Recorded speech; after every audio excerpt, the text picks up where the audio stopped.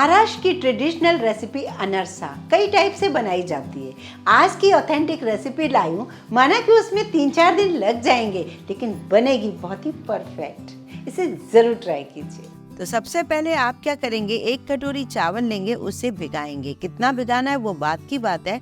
अब आपको ये समझना होगा कि चावल आपको कौन से चाहिए। कोई भी चावल जो सस्ते हो तो भी चलेगा, क्योंकि अनरसे जितने मोटे चावल, जितने सस्ते चावल होंगे उससे ज्यादा अच्छे बनेंगे। तो जो लंबे वाले चावल होते हैं, बड़ी बड़ी कंपनियों के चावल होते हैं, वो ना लें, कोई भी नॉर्मल चावल ले लें। टूटे चावल भी ले सकते हैं। तो अब चावल को हमें अच्छे से पहले तो वॉश करना है। वॉश करके हमें पानी डालकर इसे भिगो देना है। जैसे आज आप सुबह भिगो रहे हो तो दूसरे दिन सुबह उसका पानी फिर से फैला दीजिए और अच्छे से उसे साफ कर लीजिए। साफ करने के बाद वापस पानी डालकर फिर से भिगा दीजिए।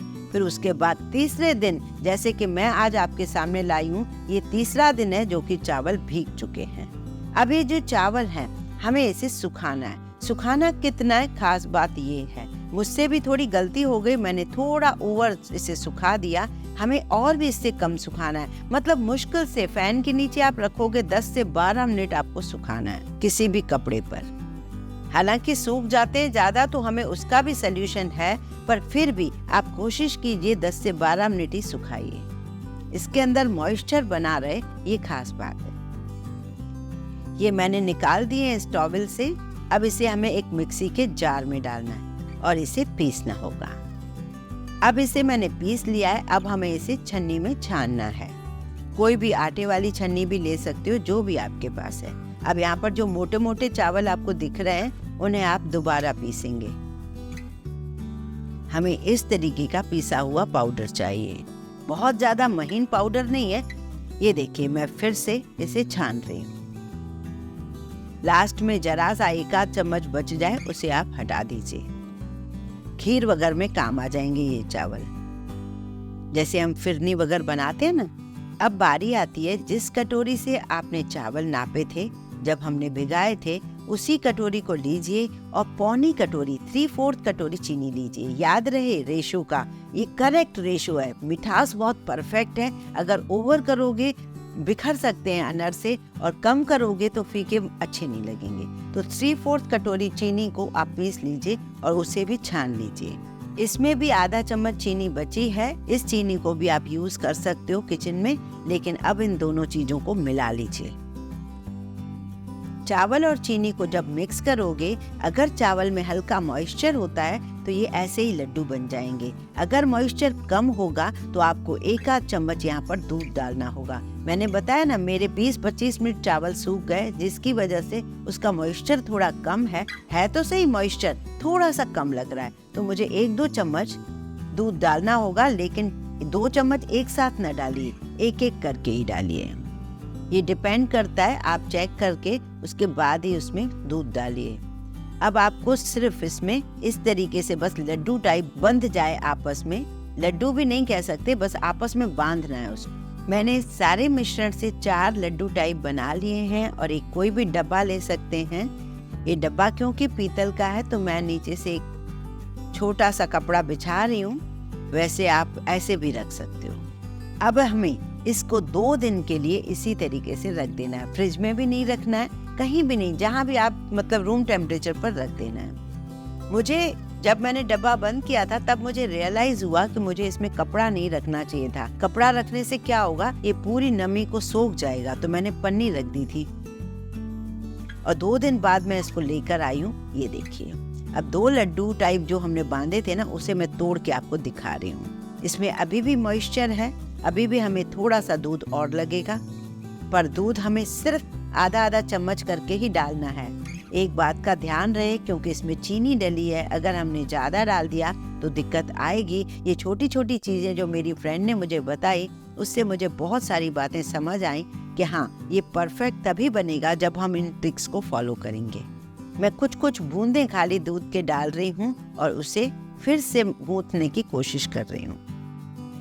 अब आपके पास कोई छोटा सा, जैसे अदरक कूटने वाला होता है ना, उससे आप इसे कूट लीजिए। इससे रिजल्ट आपको बहुत अच्छा मिलेगा। जो अंदर जाली बनती है ना, वो बहुत ही बढ़िया बनेगी।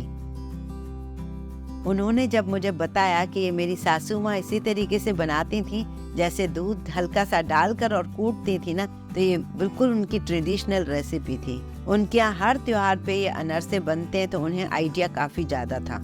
अब हमने करेक्ट इसमें दूध डाला जितना ज़रूरत थी। जैसे अब हम इसे कूट रहे हैं तो बहुत ही बढ़िया सा डो बन गया है। मुझे भी नई चीज़ सीखने का ज़्यादा ही शौक है, तो मुझे बहुत मज़ा आ रहा था इसे सीखने में। पहले मैंने सीखा, घर में बनाए, सबको बहुत पसंद आए, फिर मैं ये रेसिपी आपको बता रही हूँ। ये देखिए, अब ये परफेक्ट डो बनकर तैयार हो गया है। मतलब मैं इसमें आराम से इसे गूंथ पा रही हूँ। इतना ही डो हमें ऐसा ही चाहिए। इसे हम ढक देते हैं। अभी कम से कम इसे 1 घंटे के लिए छोड़ देना होगा। इसी तरीके से मैं दूसरे भी लड्डू निकाल कर उसे भी बना लेती हूँ इसी तरीके से। सारे डो को मैंने 1 घंटे का रेस्ट दिया है। अब बारी आती है, अब हमें अनरसा बनाना है। अब छोटी छोटी लोई लेनी है हमें, और एक पन्नी पॉलिथीन ले लीजिए या सिल्वर फॉइल पर। इस तरीके से आपको बिना बेले फिंगर से उसे पतला करना है। ये देखिए, अभी मैं आपको पहला जो बना के दिखा रही हूँ, ये बिखरे ना, आपको चेक करवा रही हूँ, इसलिए मैंने अभी इसमें खसखस के दाने नहीं लगाए हैं, लेकिन बाद में मैं खसखस के दाने भी लगा कर दिखाऊंगी। ये सिर्फ एक ही तरफ से फ्राई होते हैं। आप जाली देख रहे हैं कितनी परफेक्ट बनी है। ऊपर से हमको घी लगाते जाना है, जिसकी वजह से क्या है, वो दोनों तरफ से सिक जाते हैं। इसकी फ्लेम जो होनी चाहिए थोड़ी हाई टू मीडियम होनी चाहिए। बहुत ज्यादा स्लो गैस पे ये नहीं बनते हैं। आपने देखा, अब ना बिखर रहे हैं ना फट रहे हैं, बहुत ही बढ़िया बन रहे हैं। और आप जब इसे चेक करेंगे ना, थोड़ी देर बाद ही बहुत ही क्रिस्पी बनेंगे, कुकी की तरह। आटा यदि हम सॉफ्ट नहीं करते तो इस तरीके से बेल नहीं पाते। अब 2-2, 3-3 आप इस तरीके से आराम से बेलते जाइए। पॉलिथीन पर जरूरत लगे तो थोड़ी सी घी या ऑयल लगा सकते हैं, और यहाँ पर आप थोड़ी सी खसखस इस पर चिपका दीजिए। खसखस या तिल, वैसे खसखस ज्यादा टेस्टी लगती है, जिसे पोपी सीड्स कहते हैं। आप चाहें तो तिल भी यूज कर सकते हैं, सफेद तिल लगा दीजिए और इसे फ्राई कीजिए। परफेक्ट जालीदार ये अनरसे बनकर तैयार हो रहे हैं। बहुत स्वादिष्ट हैं, बहुत टेस्टी हैं। मुझे ऐसा लग रहा है काश आपको मैं खिला सकती और बता सकती कि कितना अच्छा ये अनरसा मुझसे बन पाया है। आप भी इस तरीके से बनाइए। ट्रेडिशनल तरीके की बात ही कुछ और होती है। वैसे तो हम कई तरीके से बना सकते हैं। स्टफ्ड अनरसा भी मैंने सीखा है उनसे, मैं वो भी आपको जरूर बताऊंगी वो कैसे बनाया जाता है। वो बिहार का स्पेशल होता है, स्टफ्ड मावा अनरसा। इस मिश्रण से 1 कटोरी चावल से काफी सारे अनरसे बनकर तैयार हो जाते हैं। डब्बा भर के आप बना लीजिए।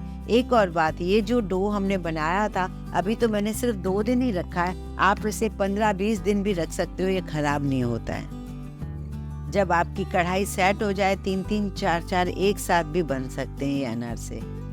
वैसे तो इसमें कुछ ड्राई फ्रूट नहीं डाला जाता है, खसखस दिखनी चाहिए, पर मैंने 2-4 में थोड़े से पिस्ते की कतरन भी रख दी है, जिससे वो बहुत ही सुंदर दिख रहे हैं।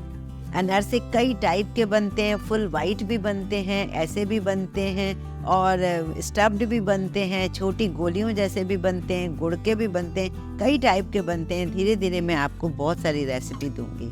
कैसी लगी ये रेसिपी मुझे कमेंट करके जरूर बताइए। पसंद आए तो लाइक कीजिए, ज्यादा से ज्यादा शेयर कीजिए।